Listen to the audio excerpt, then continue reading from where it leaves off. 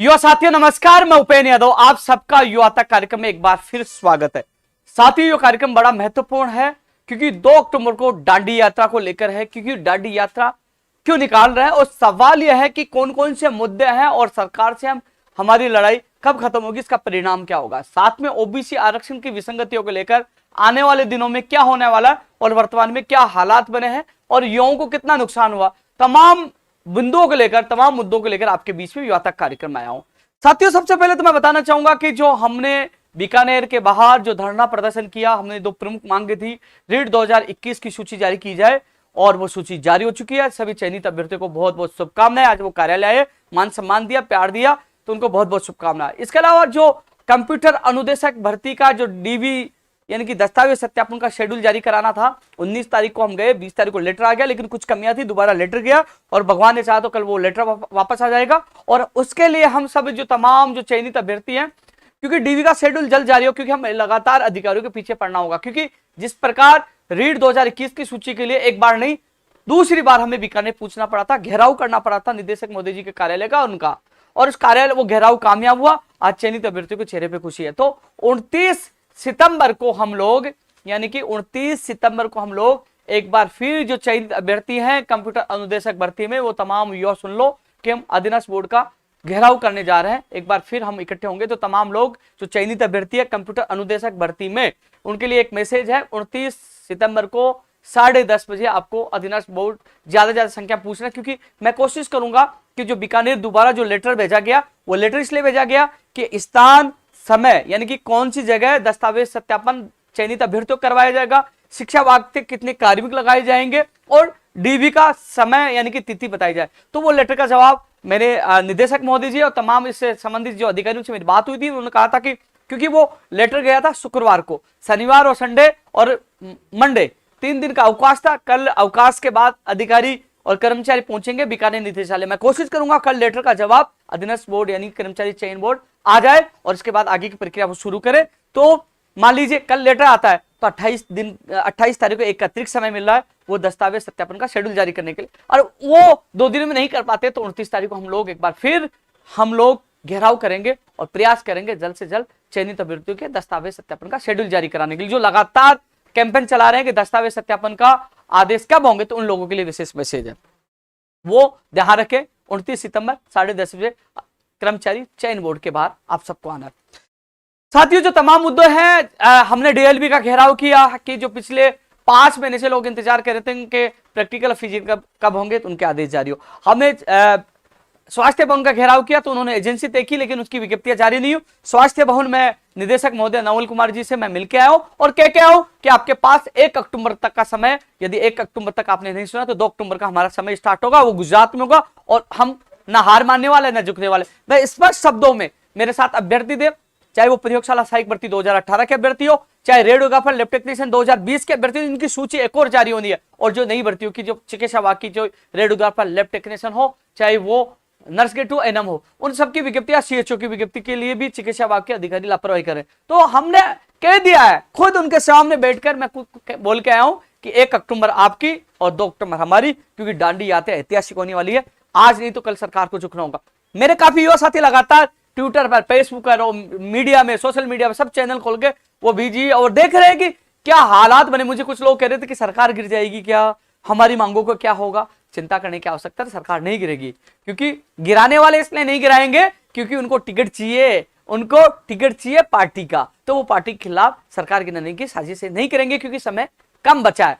ऐसे में हमें राजनीतिक घटनाक्रम की तरफ ध्यान नहीं देना। हमारा लक्ष्य 2 अक्टूबर की दांडी यात्रा को लेकर होना चाहिए कि यह यात्रा ऐतिहासिक होनी चाहिए। आज नहीं तो कल सरकार को झुकना होगा। अब मुख्यमंत्री कौन होगा, और चाहे कोई भी मुख्यमंत्री बने, हमें तो हमारे संघर्ष के लिए सड़कों पर उतरना होगा। पिछले 3.5 साल से सरकार में संघर्ष कर रहे, पूर्ववर्ती सरकार में संघर्ष कर रहे थे, तो संघर्ष के हमारी मांगों के लिए सड़कों पर उतरना ही होगा। हर सरकार में हमने भर्ती के लिए, भर्ती की विज्ञप्ति के लिए, रिजल्ट के लिए, ज्वाइनिंग के लिए हमेशा संघर्ष करना पड़ता है। अरे हमारा तो सामना होगा, जो भी मुख्यमंत्री आएगा उनका सामना हमसे होगा, हमारे संघर्ष से होगा और हम लड़ेंगे। जो काम हमारे लिए अच्छा करेंगे तो हम जिंदाबाद बोलेंगे, धन्यवाद बोलेंगे। जो काम हमारे लिए अच्छा नहीं करेंगे उसका विरोध करेंगे। उसके विरोध के लिए हमें कहीं भी जाना पड़े हम पीछे नहीं हटेंगे, चाहे 2 अक्टूबर की ऐतिहासिक दांडी यात्रा। आप देखना पूरे देश की नजर होगी कई सोच रहे हैं कि राजनीतिक घटनाक्रम चल रहा है, क्या अभी जो हालात गंभीर बने उस घटनाक्रम का जो निचोड़, इसका नतीजा आने वाले 1-2 दिन में हो जाएगा। ज्यादा समय नहीं लगेगा, 2 अक्टूबर से पहले सारी स्थितियां स्पष्ट हो जाएगी। जो युवा सोच रहे हैं मैं जाऊं या ना जाऊं, पता नहीं या सरकार गिर जाए, पता नहीं क्या होगा, कौन मुख्यमंत्री होगा, नहीं, आपका लक्ष्य एक ही होना चाहिए कि मुझे 2 अक्टूबर को ऐतिहासिक दांडी यात्रा निकालनी है मेरी मांगों के लिए। क्योंकि नवंबर में चुनाव प्रस्तावित है गुजरात में। गुजरात में कांग्रेस के तमाम नेताओं की नजर होगी, क्योंकि एक राज्य है जहां चुनाव होंगे, इसके अलावा कहीं चुनाव नहीं होंगे। बीजेपी के तमाम बड़े नेताओं की होगी, मीडिया के तमाम नेताओं की नजर होगी, कांग्रेस के तमाम बड़े नेताओं की नजर होगी। सबसे बड़ी बात, माननीय मुख्यमंत्री अशोक गहलोत को वहां सीनियर ऑब्जर्वर है और 11 मंत्री है, रघु शर्मा जी वहां मौजूद है। राजस्थान के सबसे ज्यादा मंत्री वहां मौजूद है। इनकी पूरी राजस्थान सरकार, पूरे राजस्थान कांग्रेस के नेता कहां लगे हुए? गुजरात में। गुजरात में जित दाव पे लगी है राजस्थान के कांग्रेस नेताओं की। और अब हमारी बेरोजगारों की मांगों के लिए, उनकी इज्जत के लिए हम 2 अक्टूबर को दांडी यात्रा शुरू करने वाले हैं। तमाम युवाओं से मैं कहना चाहूंगा यह यात्रा ऐतिहासिक होगी, क्योंकि हम लड़ेंगे और जीतेंगे। साथियों, लगातार हम संघर्ष कर रहे हैं, कुछ भर्तियों का परिणाम भी आ रहा है। क्योंकि आपने देखा होगा, जब युवा, जो तमाम लोग मुझसे जुड़े हैं, उनको मैं बताना चाहूंगा साथियों, आप फेसबुक, ट्विटर सब जगह देखते हो। 24 अगस्त, उससे पहले मई का भी आपको पता है, उससे पहले आपको मई 5 मई को ओबीसी आरक्षण विसंगतियों को लेकर आंदोलन हुआ, 23 मई को हुआ, फिर 13 जून, 15 जून, 16 जून, फिर 14 जुलाई, फिर उसके बाद आपने देखा होगा 24 अगस्त, 6 सितंबर, 8 सितंबर, 9 सितंबर, 14 सितंबर, 19 सितंबर, 20 सितंबर, 22 सितंबर और 25 सितंबर। और कल भी कुछ युवाओं के लिए मुझे भागना है। यानी कि लगातार सड़कों पर जो जिम्मेदारी, लगातार सड़कों पर आंदोलन कर रहे हैं। जो जिम्मेदारी आपने जिन एमएलए को, जिन सांसदों को, जिनको चुना है, जिन नेताओं को चुना, उनकी जिम्मेदारी है, लेकिन वो एसी की गाड़ियों में ऐश कर रहे हैं। और आपका भाई उपेंद्र यादव सड़कों पर लगातार, कभी बीकानेर, कभी राजस्थान, जयपुर के हर कोने कोने में युवाओं के लिए भागता है। जिम्मेदारी उनको निभानी चाहिए। अब मैं देख रहा हूं इस राजनीतिक घटनाक्रम में हर एमएलए आवाज उठा रहे हैं, हर एमएलए बयान दे रहे हैं। काश ये युवाओं के भविष्य के लिए, युवाओं की अटकी भर्तियों के लिए, युवाओं की नई भर्तियों के लिए, युवाओं के भविष्य के लिए आवाज उठाते, तो कहीं ना कहीं युवा आंखों पर इनको रखते और इनके जिंदाबाद बोलते। ओबीसी आरक्षण की विसंगतियों की मांग को दूर करने के लिए उठाते, 2018 से 22 तक वो सीटें दिलाने की मांग उठाते, तो युवा इनके जिंदाबाद बोलता। लेकिन नहीं, ये अपने स्वार्थ में जुड़े हैं कि मेरी सीट का, मेरा टिकट का नुकसान नहीं हो जाए। लेकिन मैंने आज भी ट्वीट किया है, 2023 में जीत की चाबी युवाओं के पास होगी। सबसे बड़ा योगदान युवाओं का होगा, क्योंकि अब जाति और धर्म के नाम पे वोट नहीं होंगे, इस बार वोट होंगे रोजगार के नाम पे। तो युवा साथियों, दिखाओ अपनी ताकत और बता रहा कि हम न झुकेंगे न हारेंगे, अंतिम सांस तक हम संघर्ष करेंगे, कि हम झुकने वाले नहीं है, सच के लिए लड़ रहे हैं। राजनीतिक घटनाक्रम कैसा भी हो, लेकिन इसका परिणाम आपको देखने को मिलेगा। क्योंकि यदि युवाओं के लिए आप जागे नहीं, युवाओं के भविष्य के लिए नहीं सोचे, तो ये युवा आपको झुकाना भी जानते। और युवा, आपने हमारी मांग मानी तो हम जिंदाबाद बोलेंगे, आपने मांग नहीं मानी तो युवा किक मारना भी जानते हैं। इसलिए 2 अक्टूबर की दांडी यात्रा की पूरी तैयारी हो चुकी है। यह आप नजारा देखना, इस बार ऐतिहासिक नजारा 2 अक्टूबर को पालनपुर गुजरात में होगा, क्योंकि हम सच के लिए लड़ रहे हैं। साथियों, मेरे कई साथी कंप्यूटर अनुदेशक भर्ती में शिथिलता के लिए लोग पिछले कई दिनों से विधायकों के क्वार्टर पर वो सो रहे हैं, पड़े हुए हैं, संघर्ष कर रहे हैं। वो चाहते हैं कि शिथिलता मिले, क्योंकि पेपर कठिन था, एग्जाम देते उन लोगों ने मांग कर दी थी। कई लोग नहीं भर्ती की मांग कर रहे हैं। मैं उनको पुनः बता दूं, राज्य सरकार ने ही भर्ती निकालने के लिए साफ मना कर दिया। वो कह रहे हैं कि हम भर्ती नहीं निकालें। आपको पता है, पहले भी वो ये संविदा पे कंप्यूटर अनुदेशक भर्ती निकाल लेते, लेकिन हमने लखनऊ तक संघर्ष किया, प्रियंका गांधी से मुलाकात की, और प्रियंका गांधी जी से मुलाकात के बाद वो भर्ती स्थायी आई। अब ये नहीं निकालने वाले, इसलिए कम से कम जो पद खाली है शिथिलता देकर और युवाओं को मौका मिले, क्योंकि पेपर कठिन था। इन लोगों को न्याय मिलना चाहिए। इनके साथ मैं आज भी और कल भी हूं, और इनको शिथिलता नहीं मिल जाए जब तक मैं इनके साथ रहूंगा। वो एमएलए के क्वार्टर पर धरना दे रहे हैं, इनका संघर्ष स्वागत योग्य है। इसके अलावा जो दूसरा मामला है कंप्यूटर अनुदेशक भर्ती में ओबीसी और ईडब्ल्यूएस सर्टिफिकेट, जो कह रहे हैं कि आपके पास पुराने होने चाहिए, आवेदन की अंतिम तिथि तक होने चाहिए। जाति चेंज हो जाती है क्या? ओबीसी का जनरल का हो जाता है, जनरल का ओबीसी का हो जाता है। आप शपथ पत्र ले लीजिए उनसे। क्यों धोखा दे रहे हो के बेरोजगारों को? भविष्य के साथ धोखा कर रहे हो आप लोग। ये बर्दाश्त नहीं होगा। तो तमाम लोग ओबीसी ईडब्ल्यूएस का भर्ती धरना दे रहे हैं, उनके साथ मैं हूं। यह आवाज गुजरात में गूंजेगी आपके मामले के भी, और कंप्यूटर अनुदेशक भर्ती में शिथिलता की मांग भी गुजरात में गूंजेगी। इसके अलावा जो कनिष्ठ अनुदेशक भर्ती जो आईटीआई कॉलेजों में जो 1500 पदों पर पहले बजट में घोषणा की थी, पालनपुर में वहां से शुरुआत करेंगे, जहां मंत्री अशोक चांदना जी वहां के प्रभारी है। वहीं से आवाज उठाएंगे, क्योंकि अशोक चांदा जी आपने धोखा दिया इन लोगों को। आपने पहले बजट की घोषणा आज तक पूरी नहीं हुई, अब हम लोग आपके खिलाफ मोर्चा खोलेंगे, क्योंकि आप वहां के पालनपुर गुजरात के प्रभारी हो। अभी भी समय है 1 अक्टूबर तक का, क्योंकि कनिष्ठ अनुदेशक भर्ती 1500 पदों पर विज्ञप्ति जारी होनी है। पहले बजट की घोषणा, वो घोषणा अधूरी है, अभी भी जाग जाओ, अन्यथा हम लोग पीछे नहीं हटेंगे। वहां आपकी बगावत करेंगे, आपके खिलाफ प्रचार करेंगे, वहां डांडी यात्रा निकालेंगे। 2-2 हाथ हम गुजरात में 2 अक्टूबर को आपके सामने मिलेंगे और लड़ाई लड़ेंगे। चाहे वो पंचायत राज जैन भर्ती 2100 पदों प्लस 544 पदों की जो मांग लगातार चल रही है, हालांकि पंचायत राज जैन के अभ्यर्थी लगातार सुस्त हैं, वो इतना सहयोग नहीं कर पा रहे, मैं उनको जगाने की कोशिश कर रहा हूं, लेकिन मुझे कई बार लगता है कि मैं इनको ढोने की कोशिश कर रहा हूं, इनको जगा रहा हूं, हर जगह इनकी मांग मजबूती से उठा रहा हूं, लेकिन ये लोग जाग नहीं रहे। मैं कह रहा हूं ये 2 अक्टूबर करोड़ मरोड़ की स्थिति आपके लिए, अन्यथा आप लोग के साथ बड़ा धोखा होगा, हुआ है और होगा बाद में भी, इसलिए 2 अक्टूबर का ध्यान रखिए साथियों। इसके अलावा विशेष शिक्षक वाले मुझे कहते हैं कि उपेंद्र यादव जी आप साथ दो। कितना साथ दो यार, लखनऊ तक मैंने साथ दिया, मुख्यमंत्री जी ने आपके पक्ष में बयान दिया, मुख्यमंत्री कार्यालय से आपके आदेश जारी हो कि अधिक से अधिक पद निकाले जाएंगे, और प्रयास किया, संघर्ष किया, आपकी फाइल बीकानेर से जयपुर भिजवा दी यार। 4500 पदों के लिए वो फाइल आई और अधिकारियों ने वापस भेज दी, और अब जो नुकसान होगा आपकी लापरवाही से होगा। मुझे जिम्मेदार मत ठहराना, मैं हाथ जोड़ के निवेदन कर रहा हूं, अभी कह रहा हूं अपने भविष्य के लिए जाग जाओ। नुकसान आपको होगा, मुझे नहीं होगा। मैंने मेरा कर्तव्य, मेरा फर्ज निभाया, अभी भी समय, जाग जाओ, अन्यथा फिर रोगे, समय बहुत कम है। तुम कह रहे हो कि हम पढ़ाई कर रहे हैं, हम घर से कैसे आए? भैया पदों का नुकसान भी आपको होगा, मुझे नहीं होगा।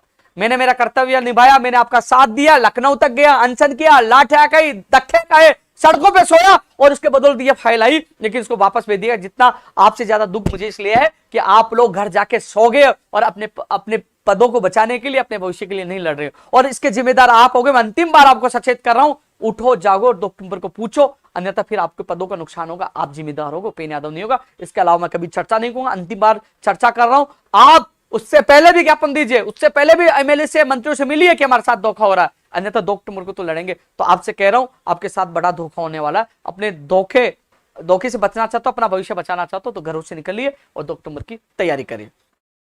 मैं धीरे धीरे हर मुद्दे पर चर्चा करूंगा, लेकिन एक बार बीच में मैं ओबीसी आरक्षण की विसंगतियों को लेकर चर्चा करना चाहूंगा साथियों। काफी, हालांकि पूर्व मंत्री हरीश चौधरी जी के मार्गदर्शन में, उनके नेतृत्व में कुछ लोगों की संघर्ष समिति बनी हुई है, और 30 सितंबर के आंदोलन की घोषणा जयपुर में की है। हमारा पूरा समर्थन है। तमाम युवाओं से मैं निवेदन करूंगा कि उन्होंने अभी हाल ही मैंने सोशल मीडिया पे देखा, हालांकि 3-4 लोगों की वो संघर्ष समिति बनी हुई है, हरीश चौधरी जी के निर्देशन, उनके मार्गदर्शन में हो रही है। हमें नहीं पता कि उन्होंने 30 तारीख की क्यों फिक्स किया, कि उनको पता था कि हम लोग 2 अक्टूबर को जाने वाले हैं, हजारों लोग हमारे साथ जाएंगे, हमें व्यवस्था करनी है, लेकिन फिर भी 30 अक्टूबर को युवाओं का साथ देने आऊंगा, उनके विश्वास पे आऊंगा। लेकिन कम से कम संघर्ष समिति कब निर्णय ले रही है, क्या कर रही है, वो उनका निजी है, वो कह रहे हैं कि हम हमारे हिसाब से करेंगे, लेकिन मैं युवाओं के भविष्य के लिए कभी पीछे नहीं हटूंगा। मैं किसी के भी नेतृत्व में करने के लिए, काम करने के लिए तैयार हूं, लेकिन स्पष्ट कह दूं, यदि कोई भी राजनीति करेगा उसको बख्शा नहीं जाएगा, न तो उन नेताओं को बख्शा जाएगा, न उनके चमचों को बख्शा जाएगा। हम कमजोर नहीं है ओबीसी के युवा, हम लड़ेंगे, और हमें 2018 से 22 तक तमाम पर्चे जिनका नुकसान हो गया, 2018 से 22 तक जिन हजारों पदों का नुकसान हुआ, वो पर्ची है। इसके अलावा जो प्रक्रियाधीन भर्तियां हैं, ये तो कहते हैं कि भविष्य में जो भर्तियां उनमें है ना, सरकार आज नहीं तो कल झुकेगी। मैं आप बता दूं, सरकार आज नहीं तो कल झुकेगी, लेकिन कहेगी कि हम आने वाली भर्ती परीक्षाओं में इन विसंगतियों को दूर कर देते हैं, 12.5% में एक सर्विसमैन के लिए कर देते हैं। अरे आने वाली भैया, जो 1 लाख के करीब भर्ती अब है, जैसे फर्स्ट ग्रेड, सेकंड ग्रेड, इनकी एग्जाम होने वाली है, जिनकी एग्जाम हो चुकी, जिनका परिणाम आने वाला है, क्या उन भर्तियों में क्या ओबीसी के आरक्षण की विसंगतियां दूर नहीं होनी चाहिए? वो हजारों पदों का नुकसान होने वाला है, उन पदों का नुकसान भी नहीं होना चाहिए प्रक्रियाधीन भर्तियों में, और 2018 से 22 तक एक भी पद का नुकसान नहीं होना चाहिए। और यदि ये काम कोई भी कराता है, हरीश जी करवाते हैं, तो हम धन्यवाद देंगे, आंखों बिठाएंगे। और यदि युवाओं के साथ धोखा होता है, जिसका विरोध करना पड़े, हम विरोध करेंगे, क्योंकि 2018 से 22 तक हमें सारे पद चाहिए, और प्रक्रियाधीन भर्तियों में एक भी पद का नुकसान नहीं होना चाहिए। ये हम कह रहे हैं। 30 तारीख को जो कोई भी नेतृत्व करे, हम कंधे से कंधा मिलाकर साथ देंगे। आपका जहां पसीना होगा, हमारा खून होगा, लेकिन हम धोखा बर्दाश्त नहीं करेंगे। ऐसा नहीं कि हम आए और चले गए और कह दिया कि हमने आगामी भर्तियों के लिए करवा दिया। नहीं, आगामी भर्तियों के लिए आज नहीं तो कल सरकार को झुकना होगा, क्योंकि राजस्थान के ओबीसी के युवा जाग चुके हैं आज, क्योंकि जगह जगह आंदोलन हो रहा है, यह जन आंदोलन है। विधानसभा में कई एमएलए ने आवाज उठाई है। आरएलपी के प्रमुख हरमान बेनीवाल जी से मैंने मुलाकात की, उन्होंने कहा हमारे एमएलए आवाज उठाएंगे, उन्होंने वादा निभाया और उनके एमएलए ने आवाज उठाई।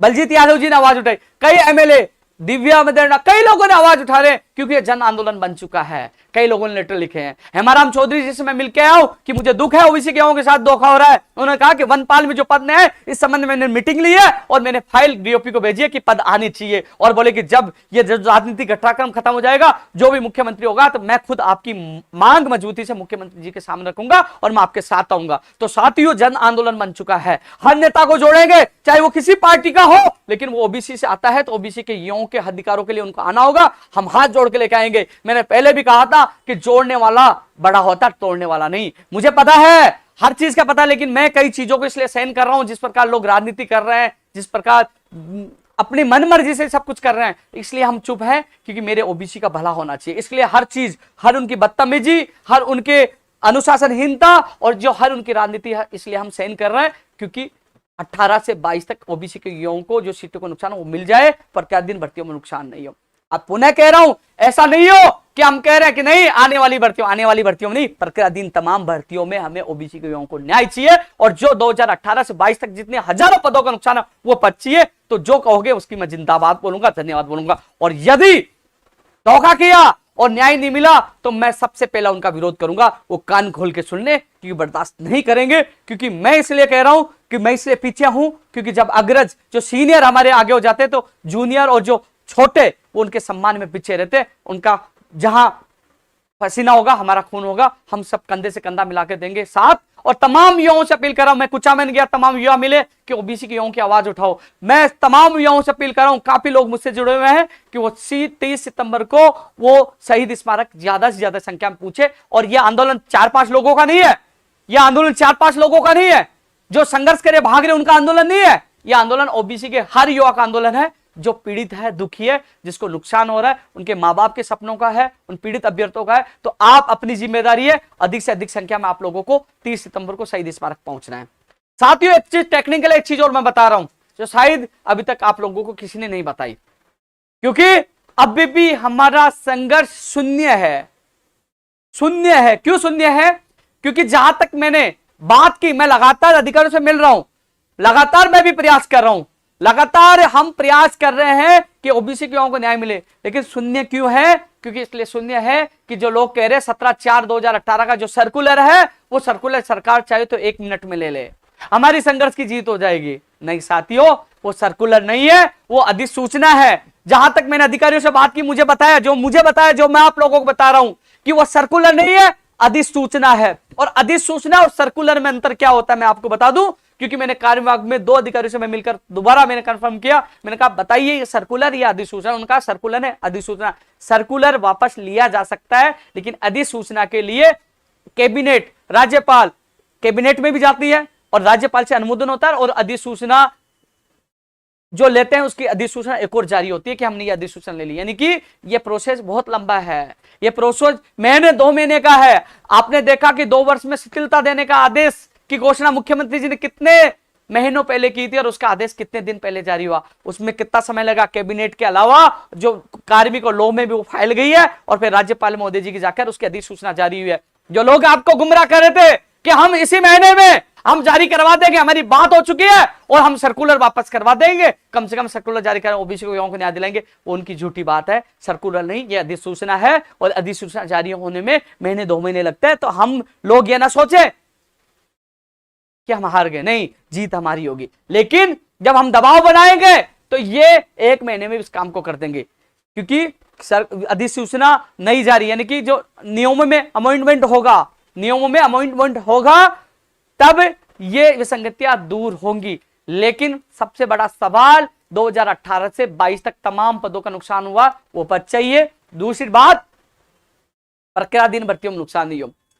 इस लाइव में जनरल के, ST/SC के, MBC के, EWS के अभ्यर्थी भी जुड़े हैं, लेकिन मैं उनसे हाथ जोड़ के यह निवेदन करना चाहूंगा, साथियों, ये मैं इस ओबीसी के लिए इसलिए बार बार बोल रहा हूं, क्योंकि मेरे खिलाफ भी कुछ लोग षड्यंत्र रच रहे हैं कि उपेंद्र यादव ओबीसी के युवाओं के साथ नहीं है। कुछ लोगों ने मेरे खिलाफ ट्विटर पर ट्रेंड करवाने की कोशिश की, क्योंकि जबकि 5 मई को सबसे पहले जयपुर में इस आंदोलन का आगाज किया, जहां भी मुख्यमंत्री जी से लेकर उनके अधिकारियों तक मैंने बात रखी है, लगातार मैं प्रयास कर रहा हूं, लेकिन मुझे इसलिए पूरी चीजें युवाओं तक, ओबीसी के युवाओं को बताना जरूरी है और आप लोगों को बताना जरूरी है। मैं हर वर्ग की आवाज उठाता हूं, चाहे ईडब्ल्यूएच हो, चाहे जनरल हो, चाहे एससी हो, चाहे एसटी हो, चाहे एमबीसी हो, लेकिन मैं ज्यादा ओबीसी के युवाओं के लिए इसलिए बोल रहा हूं क्योंकि ओबीसी वर्ग से मैं भी आता हूं, मैंने उनका हमेशा सहयोग किया, लेकिन कुछ लोग मुझे विलेन बनाने की कोशिश कर रहे हैं क्योंकि मैं सच बोलता हूं और सच कई लोगों को कड़वा लगता है, इसलिए मैं चुप हूं, ज्यादा चीज तो नहीं बोलूंगा क्योंकि मेरा उद्देश्य यह कि आंदोलन सफल हो। लेकिन आप लोग यह मैं सोचे कि मैं जातिवाद या मैं आरक्षण का पक्ष ले रहा हूं, मैं सच का पक्ष ले रहा हूं क्योंकि 21% ओबीसी के युवाओं को नहीं मिला, उनके साथ गलत हुआ है। मैं ओबीसी वर्ग से आता हूं, मेरा कर्तव्य है उनकी आवाज उठाना, और जिन लोगों को गुमराह किया जा रहा है कि उपेंद्र यादव आ नहीं रहा, उपेंद्र यादव साथ नहीं दे रहा, तो यह साथियों ओबीसी के युवाओं 5 मई को सबसे पहले आवाज मैंने उठाई। और जो घूम रहे ना ये कह रहे कि मैं टॉपर हूं, उनके स्क्रीनशॉट वो सारी चीजें आपको मैं उपलब्ध कराऊंगा। हाथ जोड़ देते कि भाई साहब हमारे साथ कोई नहीं है, सब नेताओं ने धोखा दे दिया, जब उनको साथ ले जाकर मुख्यमंत्री जी के अधिकारियों को, डीओपी सेक्रेटरी सबके साथ जाकर उनकी आवाज उठाई, उन्होंने कहा एक धरना कर दीजिए, परमिशन मैंने खुद के नाम से परमिशन ली, वो वहां धरना प्रदर्शन किया, वो सारी चीजें हैं। लेकिन मैं इसलिए चुप हूं क्योंकि आंदोलन की हमारी युवाओं की जीत होनी, क्योंकि लोग बदल जाते हैं, लोग अपने निजी स्वार्थ के लिए लोगों को बुरा करने की कोशिश करते हैं। लेकिन मैं ये कह सकता हूं युवा साथियों, आप सब जानते हो जो मैं कहता हूं वो करता हूं, आप लोगों के लिए मैं अंतिम सांस तक लड़ाई लड़ूंगा, पीछे नहीं हटता मैं, न मैं रंग बदलता हूं, नेता रंग बदलते हैं, मैं तो पिछली सरकार में भी लड़ाई लड़ा था, इस सरकार में भी लड़ाई लड़ रहा हूं। लेकिन एक चीज और मुझे बुरा लगा, कुछ लोगों ने पता क्या कहा कि उपेंद्र यादव तो है ना, किसी मीडिया वाले ने किसी को फोन किया कि भैया उपेंद्र यादव ये क्यों बोल रहा है कि 3.5 साल कांग्रेस सरकार में ही नुकसान हुआ। नहीं साहब, वो तो बीजेपी का इसलिए बोल रहा है, वो बीजेपी का। लेकिन धन्यवाद देना चाहूंगा मीडिया के तमाम साथियों को, उनको पता है, उन्होंने 5 साल बीजेपी सरकार में जो संघर्ष किया, जो लाठियां खाई, 9 अक्टूबर 2015 को मेरा सिर फुटा था, 5 टाके आए थे, कितनी बार जेल गए और सबसे ज्यादा मुकदमे पिछली सरकार में लगे, संघर्ष किया, सड़कों पर लड़ा और कांग्रेस को समर्थन दिया था, कांग्रेस के साथ बैठा था। तो तमाम मीडिया को, तमाम जनता को पता है, इसलिए कोई लोग गुमराह करके मुझे बीजेपी का नहीं बना सकते, क्योंकि मैं आवाज उठा रहा हूं कि लोग कह रहे हैं कि सर्कुलर 2018 था, बीजेपी ने हमारे साथ नुकसान कर दिया। अरे भाई, बीजेपी ने नुकसान कर दिया तो बीजेपी को सत्ता से बाहर कर दिया, सब युवाओं ने साथ नहीं दिया, वोट नहीं दिया, उखाड़ फेंका, मैंने वोट नहीं दिया, मैंने कांग्रेस को समर्थन दिया था। लेकिन 3.5 साल ओबीसी के युवाओं को कांग्रेस सरकार में नुकसान हुआ, तो उसके जिम्मेदार कौन है बताइए, कौन है? कांग्रेस सरकार। करिए इसमें संगतियों को दूर, दीजिए हजारों पद, हम जिंदाबाद बोलेंगे, धन्यवाद बोलेंगे। क्यों? इसलिए मैं बोलता हूं, लोगों को जो चमचे हैं, जो नेताओं के चेले, उनको दर्द होता है, मेरा कोई फर्क नहीं पड़ता, क्योंकि तुम्हें भी बर्दाश्त नहीं करेंगे यदि युवाओं के साथ धोखा। ओबीसी का युवा किसी को बर्दाश्त नहीं करेगा और ओबीसी के युवाओं को गुमराह नहीं कर सकते। वो जानता है कि उपेंद्र यादव जो कहता है वो करता है, लड़ता है, वो सबको पता है। जैसे अभी रीड 2021 की सूची आई है, और जब जब युवाओं के जो विसंगतियां होती है, गलत होता है, तो उपेंद्र यादव सबसे पहले साथ रहता है। अब कंप्यूटर अनुदेशक भर्ती हो, चाहे वीडियो की भर्ती हो, जो ओबीसी ईडब्ल्यूएस सर्टिफिकेट का जो मामला है ना, सब नेता छुपते, लेकिन उपेंद्र यादव वहां घेराव किया बोर्ड का और साथ दे रहा, और अभी भी उनका साथ दूंगा जो विधायकों के बाद, निवासों के बाद धरना दे रहा है। इसलिए या साथियों, ज्यादा से ज्यादा संख्या में आप लोगों को 30 तारीख को आना है, और जो इसके लिए संघर्ष करे उनको सबको धन्यवाद, कोई भी करे सबको बहुत बहुत धन्यवाद। आप आवाज बुलंद कर रहे हो, आप आवाज उठा रहे हो, मैं धन्यवाद देना चाहूंगा आरएलपी प्रमुख हनुमान बेनीवाल जी को भी मैं धन्यवाद देना चाहूंगा, हरी जी को भी आवाज उठा रहे हैं, तमाम बलजीत जी को, तमाम लोगों को मैं धन्यवाद देना चाहूंगा। ओबीसी की आवाज बुलंद करें, हम सबको मिलकर एक साथ आगाज करना होगा, सरकार को झुकाना होगा। इसलिए 23 तारीख का आंदोलन बड़ा महत्वपूर्ण है। तमाम युवाओं से मैं कहना चाहूंगा कि कोई भी नेता यह कहे कि आगामी भविष्य के हम विसंगतियां दूर करा दे, समझौता कर लेते, नहीं, वो बर्दाश्त नहीं करेंगे। आप सबको विरोध करना है, आपको यही कहना है कि हमें 2018 से 22 तक तमाम वो पद भी चाहिए, पर कर दिन भर्तियों में नुकसान नहीं हो, वो भी लिखित में सरकार दे, और भविष्य में नहीं। तो तीनों चीजें हमारी होनी चाहिए। हम किसी भी नेता की जिंदाबाद बोलने के लिए तैयार, सैल्यूट करने के लिए तैयार, साथ देने के लिए तैयार। यदि धोखा देंगे कोई भी हो, बर्दाश्त नहीं करेंगे। यदि मैं भी आपके साथ धोखा करूं तो आप भी मुझे बर्दाश्त मत करना, क्योंकि सच के लिए लड़ने वालों का आप हमेशा साथ देना, क्योंकि षड्यंत्र हर पल हर व्यक्ति के साथ लोग कर रहे हैं और रच रहे हैं। इन षड्यंत्रों को सच्चाई के साथ हम सब मिलकर लड़ेंगे और जीतेंगे, चाहे सरकार का षड्यंत्र हो, चाहे नेताओं का षड्यंत्र हो। हम राजनीतिक मुद्दा भी नहीं बनने देंगे, क्योंकि ये युवाओं का मुद्दा है, उनके भविष्य का मुद्दा है, और युवाओं के मुद्दे के लिए जो निस्वार्थ जो लड़ेगा, राजनीति से हटकर लड़ेगा, हम उसका साथ देंगे, साथ रहेंगे, चाहे कोई भी हो। यदि कांग्रेस के नेता इसको हल करवाते हैं तो मैं कह रहा हूं, कई लोग कह रहे थे, मैं कह रहा हूं, खुद कह रहा हूं, इस वीडियो को ध्यान रखना, यदि कांग्रेस के तमाम नेता मेरे युवाओं को न्याय दिलाते हैं तो मैं खुद सैल्यूट करूंगा, मैं सापा पहनाऊंगा, धन्यवाद दूंगा, हाथ जोड़कर अभिनंदन करूंगा, जिंदाबाद बोलने के लिए तैयार हूं। इससे ज्यादा क्या कह सकता हूं बताओ?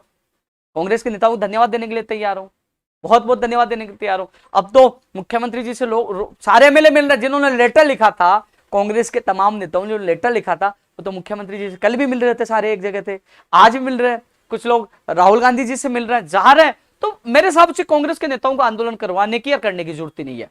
वो चाहे तो मुख्यमंत्री जी से मिलकर, राहुल गांधी जी से मिलकर, सोनिया गांधी से मिलकर 1 मिनट भी समस्या को हल करा सकते, क्योंकि उन्होंने खुद ने माना है और आप सबको पता है कि विसंगतियों से कितना नुकसान हुआ, 1 मिनट में करवा सकते हैं। और यदि उनको आंदोलन करना तो युवा साथ है, लेकिन हमारे युवाओं का भला होना चाहिए।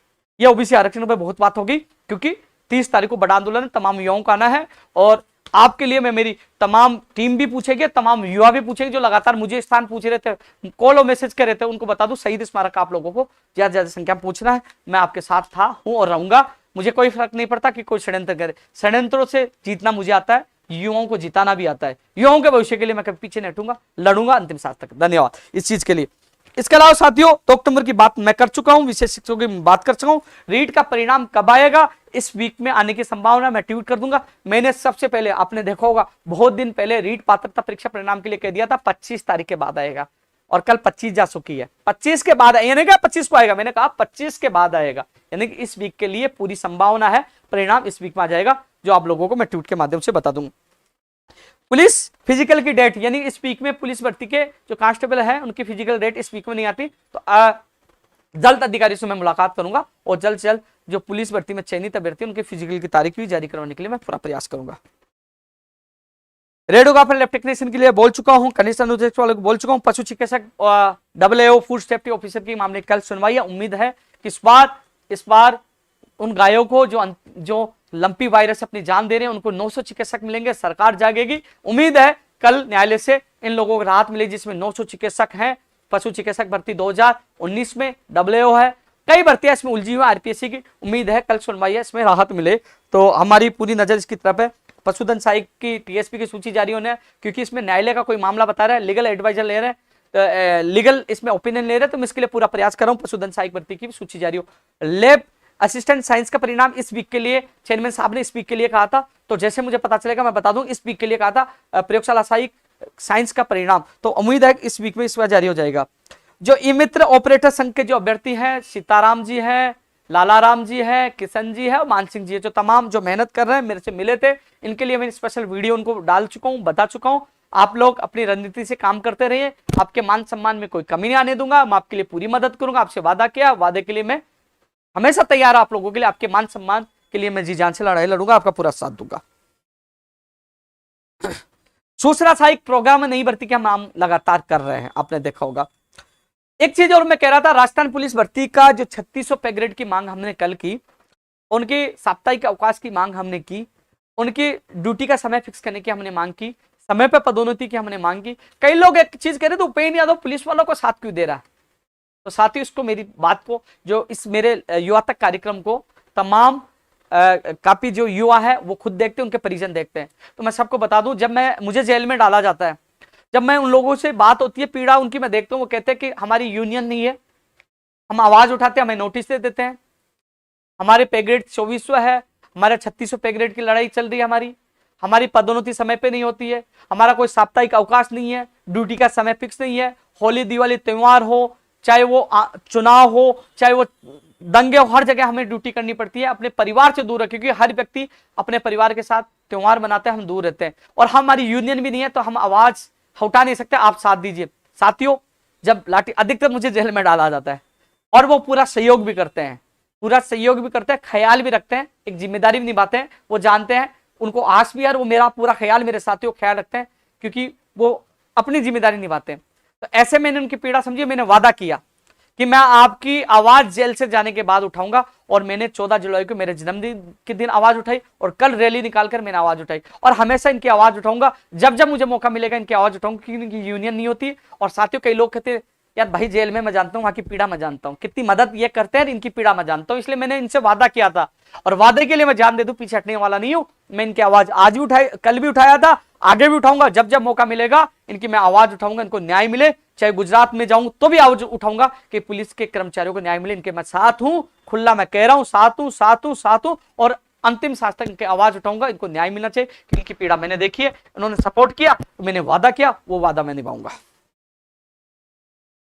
साथियों, मोटर वाहन उपनिरीक्षक भर्ती वाला जो मामला है वो कल तक स्थिति स्पष्ट हो जाएगी। डीओपी में फाइल की थी, वो कमेटी बन चुकी है 5 लोगों की, 2 कर्मचारी चयन बोर्ड के हैं, 3 विभागीय हैं। चेयरमैन के निर्देश अनुसार वो कार्य करेंगे। हालांकि ये कहा गया कि बोर्ड में बैठकर ही उनके निर्देशन में वो काम करेंगे, अनुभव प्रमाण पत्र, लाइसेंस जो संदिग्ध उनकी जांच का। तो कल तक स्थिति स्पष्ट हो जाएगी, शायद कल कार्य विभाग से वो फाइल निकल जाएगी। उसके बाद वो निर्देश जो वहां से मिलेंगे वो बोर्ड जाएंगे, उसके बाद आगे की प्रक्रिया शुरू होगी। तो मैं जल्द से जल्द ये अनुभव प्रमाण पत्र, संदिग्ध लाइसेंस की जांच करवाकर परिणाम जारी करवाने की मैं पूरा प्रयास करूंगा। लंपी वायरस, गौ माता के लिए हम आवाज उठा रहे हैं। कल भी पुलिस के साथ साथ लंपी वायरस को राष्ट्रीय महामारी घोषित करवाने और गोवंश को बचाने और पशु चिकित्सा भर्ती को पूरी करवाने, जिससे गोवंश की जान बच सके, ये आवाज कल भी आवाज उठाई थी। ये मेरा ही कर्तव्य नहीं, राजस्थान के हर व्यक्ति का कर्तव्य है। जिस गौ को हम माता के रूप में पूजते हैं, आपको पता है, आपके मेरे दर्द होता तो मैं मेरे साथी, मेरे माँ बाप, पड़ोसी को बताता हूं कि मेरे दर्द हो रहा, सिर दर्द है, मेरे बुखार है, लेकिन गौ माता नहीं बता सकती कि मेरे दर्द है। वो अपनी जान दे रही है, उसकी हम लोग प्रयास करें। यदि राष्ट्रीय महामारी इसको घोषणा कर दी जाती है या सरकार हमारे आवाज उठाने से सक्रिय होकर उन गोवंश को बचाने का कार्य करती है, तो हमें उनकी गौ माता को बचाने का हमें सौभाग्य प्राप्त होगा। तो हर व्यक्ति को आवाज उठानी चाहिए, जो कल रैली के माध्यम से गोवंश को बचाने के लिए आवाज उठाई और लंपी वायरस को राष्ट्रीय महामारी घोषणा करने की आवाज उठाई। और मैं आज भी गोवंश के लिए तैयार हूं, और हमेशा मैं गोभक्त नहीं हूं, लेकिन उन पर पीड़ा, क्योंकि गोभक्त की जो कई लोग है ना, जो हमेशा गोभक्त के लिए काम करते हैं, मैं युवाओं के लिए काम कर रहा हूं। लेकिन जब जब मेरी गौ माता पर संकट आएगा, मैं उसकी सेवा के लिए हाजिर रहूंगा। हमारा कर्तव्य, हमारा धर्म है। यदि गोवंश इस देश से खत्म हो जाएगा, संसार में खत्म हो जाए, तो मुझे नहीं लगता कि हमारा मनुष्य लोग भी, जो प्राणी भी बच पाएंगे, क्योंकि गौ बचेगी तो देश बचेगा, हम बचेंगे। इसलिए सब लोगों का कर्तव्य इनका सेवा करने का, कि अच्छा मौका आप लोगों के पास।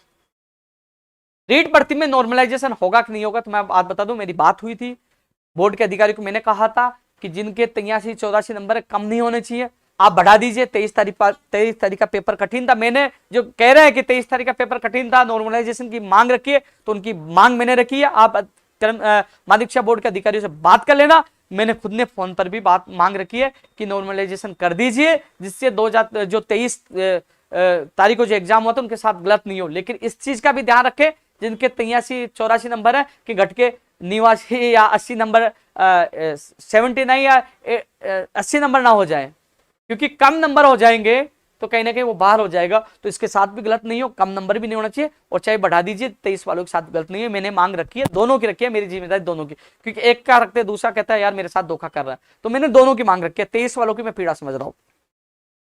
आरएस नई भर्ती की अभ्यर्थियां जा चुकी है, और मैं जल्द पता करके बता दूंगा इसकी विज्ञप्ति कब जारी होगी, लेकिन अभ्यर्थियां जा चुकी है। आरएस भर्ती के इंटरव्यू की तिथि के लिए भी हम प्रयास कर रहे हैं। प्रयोगशाला सहायक 2018 की सूची के लिए भी अभी अल्टीमेटम देके आए कि अब 2 अक्टूबर को इस लड़ाई को हम लड़ेंगे। सीईटी का मैं विरोध इसलिए कर रहा हूं, सीईटी क्योंकि इसमें राजस्थान पुलिस भर्ती, इसमें एलडीसी, इसमें जूनियर अकाउंटेंट, सीईटी क्या राज्य सरकार प्रतिवर्ष क्या भर्तियां निकाल पाएगी? इस बार 2,500-3 हजार जो अब करवा रहे हैं, इसमें आ रही है भर्तियां, तो हर साल भर्तियां सरकार के पास नहीं निकाल पाएगी।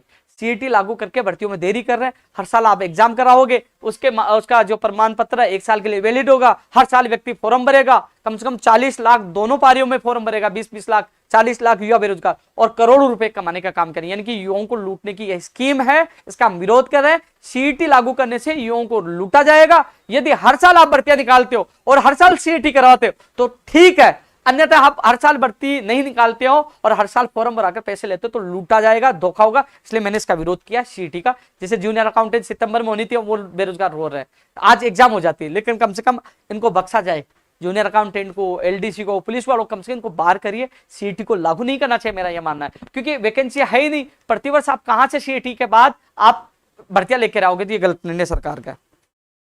साथियों, हम गुजरात कूच कर रहे हैं बेरोजगारों की तमाम मांगों को लेकर। पिछली बार जो दशहरा और दिवाली शहीद स्मारक पर हमने बनाया, हमने गोवर्धन पूजा भी वहां की, क्योंकि युवाओं के लिए सड़कों पर लाठियां खा रहे हैं, धक्के खा रहे हैं, और घर परिवार से दूर होकर त्योहार भी मना रहे। पिछला दशहरा, दिवाली और गोवर्धन पूजा हमने शहीद स्मारक बनाया, और इस बार हम गुजरात जा रहे हैं और हम लगातार संघर्ष कर रहे हैं। यदि मुझे युवाओं के लिए इस बार भी काली दिवाली बनानी पड़े, मुझे घर पे नहीं जाना पड़े, मुझे दिवाली बनाने का शौक नहीं है। मुझे दिवाली तब अच्छी लगेगी जब जिन मांगों के लिए हम संघर्ष कर रहे हैं उनके परिवार में खुशी आए, उनके घर में दिवाली आए, वो मेरे लिए असली दिवाली होगी। इसलिए मैं युवाओं के लिए लगातार मैं संघर्ष कर रहा हूँ। साथियों, तमाम मांगों के लिए हमारा संघर्ष जारी है। मैं अधिकतर भर्तियों की चर्चा कर चुका हूं। पंचायत जैन भर्ती के लिए बोल चुका हूं, कंप्यूटर भर्ती के लिए बोल चुका हूं। कोई भूल जाऊं तो एक बार मैं पीछे कमेंट देख रहा हूं, उस पर रीड 2018 के लिए बोल चुका हूं। एनएम भर्ती, नर्सिंग भर्ती 2013 के लिए भी सरकार कोशिश करे, कर्ची प्रेक्षक की वेटिंग भी निकाले, क्योंकि वेटिंग के लिए भी अभ्यर्थी कमेंट कर रहे हैं। लेबर असिस्टेंट का इस वीक के लिए कहा है, जो बीएसटीसी जो सेकेंड ईयर के लिए अधिकारी यह कह रहे हैं कि हम लोग जनवरी के एग्जाम से पहले जो जनवरी की अध्यापक भर्ती परीक्षा की एग्जाम होगी उससे पहले डीएलएड सेकेंड ईयर की एग्जाम करवाकर परिणाम निकाल देंगे, ये अधिकारी कह रहे हैं। मैं जाके आया था, मैंने मुलाकात की थी तब। कमेंट इतने फास्ट हो गए हैं कि कॉमर्स वाले कमेंट आ रहे हैं कि रीट में डीबी का उनका फैसला आ गया और सरकार नहीं मान रही, तो वो चीज में देख रहा हूं। अब यार कमेंट बहुत आ रहे हैं। ये कह रहा है पटवारी की वेटिंग के लिए चुप क्यों, जब वहां से डाटा वहां से अजमेर से आएगा तभी तो वेटिंग आएगी, डाटा पूछा ही नहीं। मैं कल एक बार चेयरमैन मोदी जी और बात कर लूंगा इस संबंध में, वेटिंग के लिए जो लोग मुझे कमेंट कर रहे हैं। साथियों, जो मैं आपको बता दूं, भर्तियों की भर्ती परीक्षा में ओबीसी डुप्लेक्स के नवीनतम को ही मान्य किया जाए, सर्टिफिकेट की मांग अहम है। Radiographer, lab technician, junior accountant, कर्ची प्रेक्षक, LDC, RS, ECG, SI, CHO, सूचना सहायक, प्रोग्रामर, दंत चिकित्सक, नर्स ग्रेड 2, एनएम, इन नई भर्तियों की मांग करें, इनकी विज्ञप्तियां जारी हो। अब मांग करें पशुधन सहायक, OT technician, stenographer, APRO, PRO, जलदारी, सहायक कृषि अधिकारी, सैनिटरी इंस्पेक्टर, चतुर्थ श्रेणी कर्मचारियों की भर्ती, कॉलेज शिक्षा में पीटीआई, लाइब्रेरियन और जलदाय विभाग में नई भर्तियों की हम मांग कर रहे हैं। राज्य सरकार द्वारा 1 लाख भर्तियों की निकालने की घोषणा की थी, उनका वर्गीकरण हो और युवाओं को बताई जाए कौन से विभाग में कितनी भर्तियां आ रही है और उनकी विज्ञप्तियां जल्द जारी हो। शिक्षक भर्ती 2012 का निस्तारण हो, प्रयोगशाला सहायक भर्ती 2018, पशु चिकित्सक भर्ती 2019 ये पूरी हो। विशेष शिक्षकों के first grade, second grade, third grade में ज्यादा पद निकाले जाए। प्राइवेट और सरकारी भर्तियों में राजस्थान के बेरोजगार को प्राथमिकता दी जाए, यह मांग है। युवा बेरोजगार आयोग बनाया जाए। बेरोजगारी भत्ते में अनिवार्य की गई इंटर्नशिप को रद्द किया जाए, 4 घंटे वाली की। कृषि व्याख्याता के सभी विषयों को अनिवार्य किया जाए। Mahatma Gandhi English medium school में 10,000 पदों की घोषणा की गई थी बजट में, वो पद निकाले जाए। फर्जी डिग्री डिप्लोमा के लिए कानून बनाया जाए। 21 जनवरी 2021 को जो समझौता हो उन मांगे पूरी की जाए और जो ओबीसी आरक्षण की तत्काल विसंगतियां दूर करके ओबीसी को न्याय दिया जाए। तमाम कई मांगों को लेकर लगातार हमारा संघर्ष जारी है।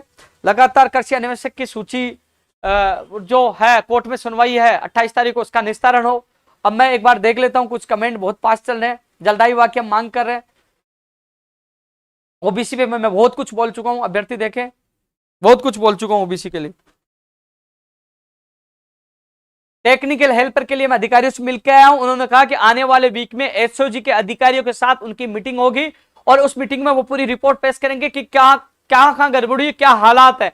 उस मीटिंग के बाद ही वो निर्णय लेंगे कि कितने सेंटरों पर एग्जाम करवाएंगे या पूरी एग्जाम को रद्द करके नए सिरे से करवाएंगे। लेकिन उन्होंने साथ में ये और कहा है कि मंगलवार तक कोई भी अभ्यर्थी को लगता है कि उनके सेंटर पर गड़बड़ी है तो वो सबूत उनको सौंपे। तो तमाम अभ्यर्थी कह रहे हैं कि हमारी सेंटर पर गड़बड़ी है, तो वो सीपीओ एनएस नाथाओ जी से मैं मिलकर आया, तो उनसे जाकर वो सबूत सौंपे, जिससे उस मीटिंग में एसओजी और अधिकारियों के सामने, वो सीएमडी के सामने वो आपकी बात रख सके, जिससे कार्रवाई हो सके। मैं खुद मिलकर आया था कि अभ्यर्थी परेशान हो रहा है, तो उनका एसओजी के साथ वो मिलकर आज इस वीक में उन्होंने मीटिंग की बात की, तो उसके बाद इस भर्ती को लेकर निर्णय होगा। हाईकोर्ट में जो आवेदन की तिथि के संबंध में कुछ अभ्यर्थियों ने ज्ञापन सौंप के आए थे, उन्होंने जोधपुर रजिस्ट्रार साहब को उन्होंने ज्ञापन को मेल किया। अब वो ये इस पर क्या निर्णय लेते हैं वो आने वाला समय बताएगा।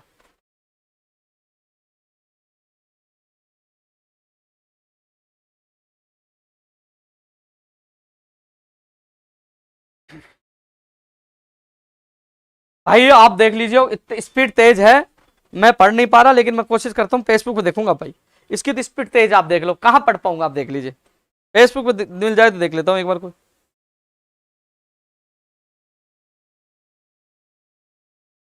पशुधन सहायक में बच्चे पदों पर हम एक और सूची जारी करवाने का पूरा प्रयास कर रहा हूं। मैं चेयरमैन मोदी जी से कल बात करूंगा। सीएचओ की नई वैकेंसी के लिए साथियों, सीएचओ के जो अभ्यर्थी है मैं 2 अक्टूबर को गुजरात कूच कर रहा हूं तो ये प्राथमिकता तौर पर आवाज उठाऊंगा कि स्वास्थ्य भवन के अधिकारी लापरवाही कर रहे हैं, भ्रष्टाचार कर रहे हैं। न रेडोगा पर लैब टेक्नीशियन की वैकेंसी आ रही है, न सीएचओ की आ रही है, न एनएम की आ रही है, न नर्स ग्रेड 2 की आ रही है, लापरवाही कर रहे हैं। 2018 की प्रयोगशाला साइक भी लंबी था, 2020 की रेडोगा पर लैब टेक्नीशियन की सूची भी लंबी थी। तो ये आवाज मैं मजबूती से आपकी उठाऊंगा। एलडीसी 2013 की 6000 पदों पर सूची है, 4000 पदों पर हमारे संघर्ष के बदौलत जीत हुए, वो भी हम मांग करेंगे। विशेष शिक्षकों के लिए मैंने बोल दिया है, राहुल भाई आप लग जाए, मैं ऊपर बोल चुका हूं। ऑक्सीजन प्लांट ऑपरेटर भर्ती प्रक्रिया पूरी करवानी कृपा करें, आपके अभ्यर्थी मुझसे मिले, जो भी सहयोग होगा मैं करूंगा। बागचंद जी रीड 2018 की सूची आ चुकी है, मना कर दिया यार, 2 बार तो पहले जारी करवा दी, मंत्री ने साफ मना कर दिया, अनशन के लाठिया गई, उसके बाद सूची जारी होगी, ज्वाइनिंग होगी। आपके जो तीसरी, ये तो मेरे हाथ में भी नहीं तीसरी तो। कंप्यूटर अनुदेशक भर्ती में शिथिलता दो सरकार को, आज नहीं तो कल देना पड़ेगा क्योंकि पद बहुत ज्यादा खाली है। एग्रीकल्चर सुपरवाइजर की नई वैकेंसी की हम मांग करें, मांग पत्र में शामिल है। लैब टेक्नीशियन भर्ती की हम मांग करें। सेकंड सीएचओ की वेटिंग सूची, ये भी अभ्यर्थी मैसेज कर रहे हैं। एसआई की इंटरव्यू डेट घोषित करा, ये मैसेज भी आ रहा है।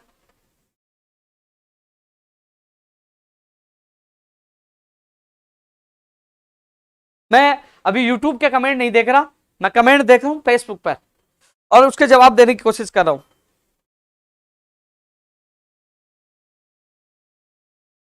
ये कह रहे आरपीसी जूनियर अकाउंटेंट 2013 और जो सूचना साइक के लिए साफ उन्होंने मना कर दिया।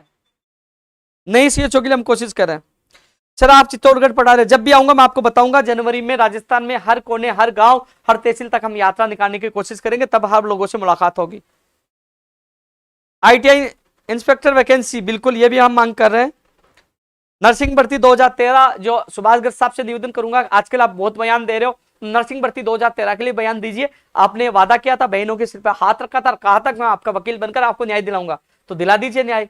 आप तो मुख्यमंत्री जी के बहुत करीबी हो, आपने वादा किया था दुआ मिलेगी और आपने मांग नहीं पूरी की, धोखा किया, तो 2023 में टुकड़ा साफ हो जाएगा, जमानत जब्त हो जाएगी। ध्यान रखना, दुआ से ज्यादा यदि किसी को सताया जाता है तो बददुआ भी बड़ी असर करती है। इसलिए मैं आज से हाथ जोड़कर निवेदन कर रहा हूं उन बहनों की, जो आपने वादा किया था वो पूरा करें।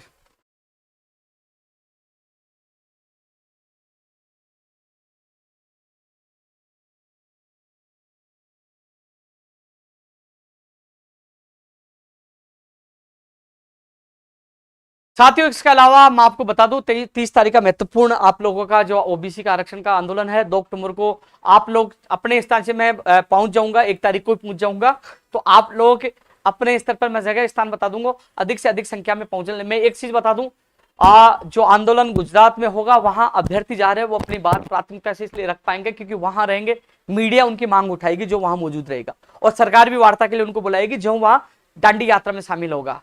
अब फिर मुझे मत कहना कि विशेष शिक्षक वाले हो चाहे पंचायत जैन वाले हो, घर बैठे आवाज बुलंद नहीं होती, घर बैठे तो आवाज दब जाती है। घर से बाहर निकलकर सड़कों पे आते हैं, मैं किस लिए जा रहा हूं, मेरे लिए थोड़ी जा रहा हूं, मैं उन युवाओं की आवाज बुलंद करने के लिए जा रहा हूं। हम पहले लखनऊ गए तो आपने परिणाम देख लो, एलडीसी भर्ती 2013, 9 साल बाद सूची जारी हुई है। कंप्यूटर अनुदेशक भर्ती संविदा से स्थायी हुई है। प्रयोगशाला साइक 2018, कई ऐसी मांगे वहां से पूरी है, क्योंकि संघर्ष कभी विफल नहीं होता, संघर्ष का परिणाम मिलता है। तो तमाम साथियों से ही कहना चाहूंगा कि आप लोग ज्यादा से ज्यादा संख्या में 2 अक्टूबर को पालनपुर गुजरात की तैयारी करिए। जो राजनीतिक घटनाक्रम चल रहा वो 1-2 दिन में इसका भी हल हो जाएगा। लेकिन कोई भी सरकार में कोई भी आए, कोई भी सीएम बने, क्योंकि हमें हमारी मांगों से मतलब है।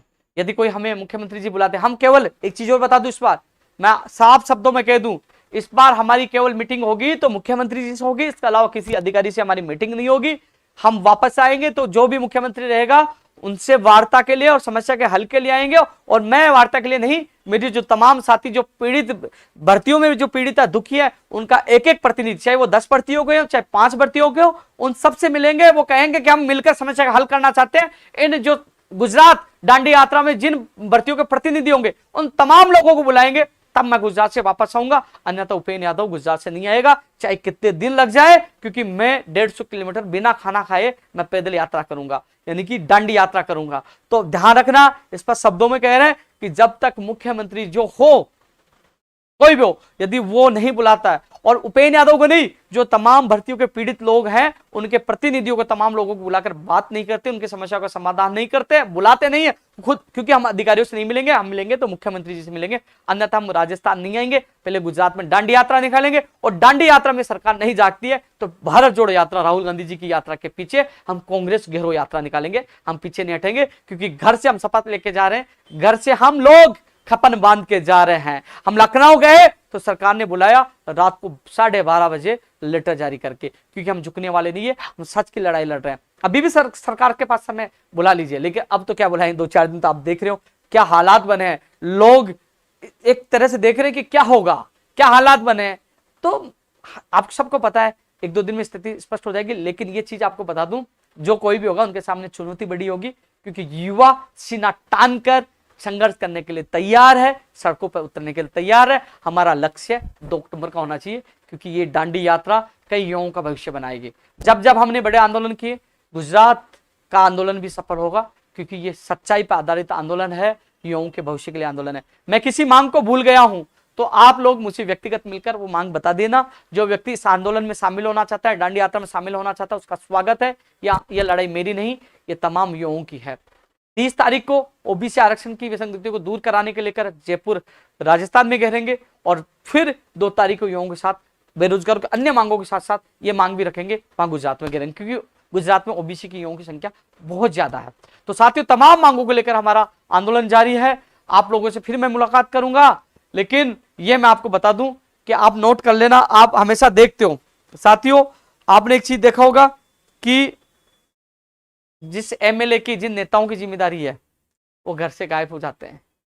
आज सड़कों पर पूरे दिन भर मैं भागता हूं, आपके लिए संघर्ष करता हूं और आपको न्याय दिलाने की कोशिश करता हूं। हालांकि संघर्ष आप लगातार देख रहे हो, डीएलवी का संघर्ष कामयाब हुआ, बीकानेर का संघर्ष कामयाब हुआ, धीरे धीरे संघर्ष कामयाब हो रहे, लखनऊ का संघर्ष कामयाब हुआ, परिणाम मिल रहा। लेकिन मैं ये चाहता हूं मेरे हर युवा के चेहरे पे खुशी आई। इस बार ये दिवाली अधिकतर युवाओं के घरों में बने, शानदार बने, जोरदार बने। आज काफी लोग खुशी के साथ दूर दूर से आज मुझे धन्यवाद देने आए। रीड 2021 के जो अभी सूची में जो चयनित हुए, उन लोगों ने बहुत कुछ सम्मान दिया, प्यार दिया, उनके लिए मैं आभारी हूं। अब इसके अलावा मैं कोशिश और कर लेता हूं कि भाई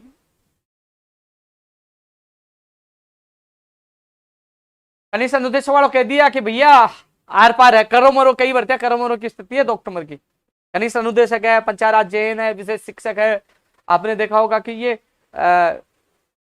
मित्र ऑपरेटर संघ है। भैया आ जाओ ना, कहाँ गए, कहाँ गए आप? हाँ, कहाँ हो?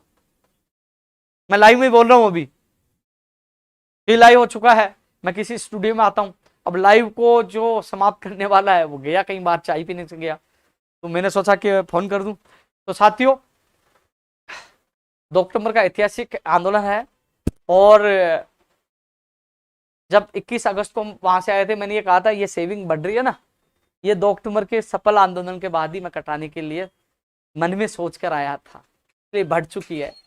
और ये 2 अक्टूबर के आंदोलन के बाद, जब तक मुख्यमंत्री जी हमें नहीं बुला लेते और जब तक हमारी मांगे पूरी नहीं कर देते, युवाओं को राहत नहीं मिल जाती, तो हम लोग नहीं आने वाले। तो साथियों, फिर युवा तक कार्यक्रम आप लोगों से मिलूंगा। किसी कोई मांग हो तो मुझे संपर्क करना, और तमाम मांगों के लिए हमारा संघर्ष जारी है। आप 30 तारीख का विशेष ध्यान रखें, 2 तारीख का विशेष ध्यान रखें। आपसे फिर मुलाकात होगी। जय हिंद, जय भारत।